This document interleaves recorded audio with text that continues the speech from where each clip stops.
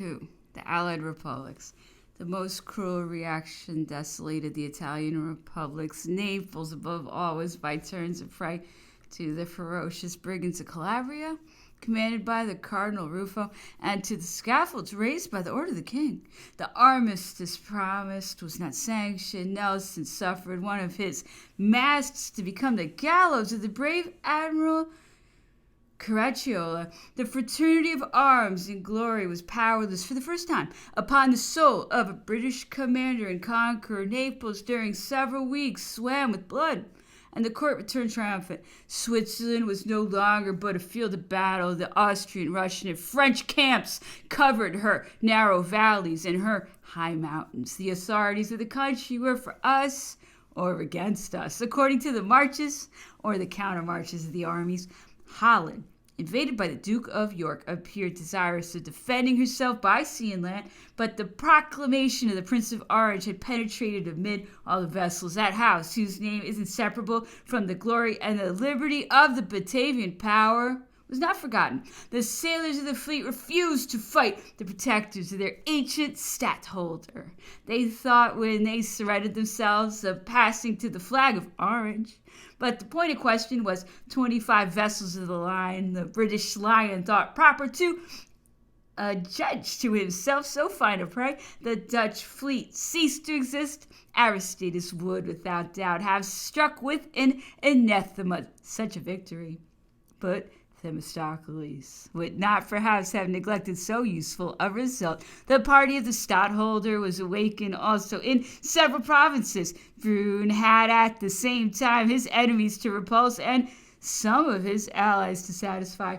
3. The armies. Our army of Italy was reorganized with haste that then gave us a spectacle worthy of the brightest days of the ancient republics. The young lieutenant of Napoleon, Joubert, on receiving the command from the hands of General Moreau, nobly demanded the assistance of him whom he came to replace, and Moreau, whose glory was then so brilliant and so pure, yielded to the prayers of his successors and remained to aid him in the approaching battle. Both of them merited that the crown of oak should be mingled on their forehead with the laurels of battle. They commanded together a general attack against the Austrian Russians, but fortune would not that time range itself on the side of all the civic virtues. The plain of Novi was the tomb of Joubert. Moreau saved the remains of our army, which the superiority of numbers had vanquished, notwithstanding the most noble efforts. And the names of Joubert and of Novi traversed France amid a funeral concert. The child of victory, the invincible Massena, maintained himself alone with advantage, notwithstanding his inferiority. He attacked even the enemies of the passage of the Aar and beat them completely. But that advantage was not of a nature to balance the catastrophe of Novi.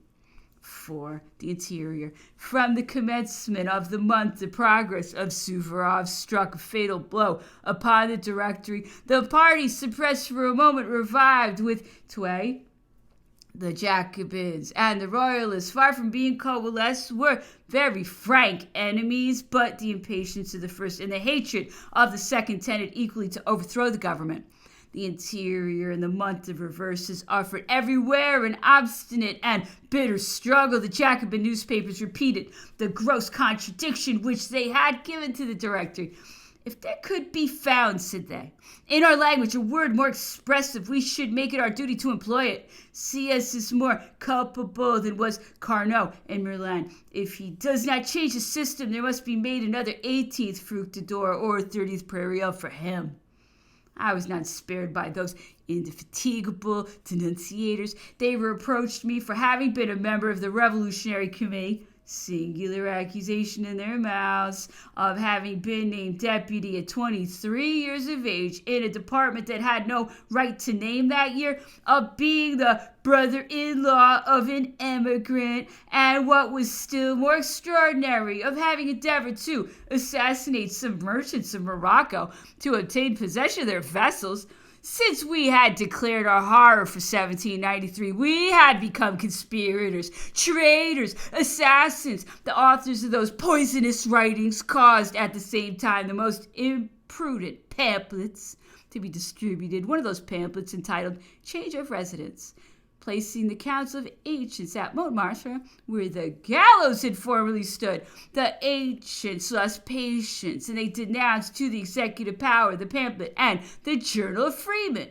In communicating to us their decree, they made no doubt of our consent, but they were deceived in their expectations, notwithstanding the speech. Full of high thoughts of our colleague Cavity, the Council of 500 passed to the order of the day. The Directory, however, caused the journalist and the pamphleteer to be prosecuted before the tribunals.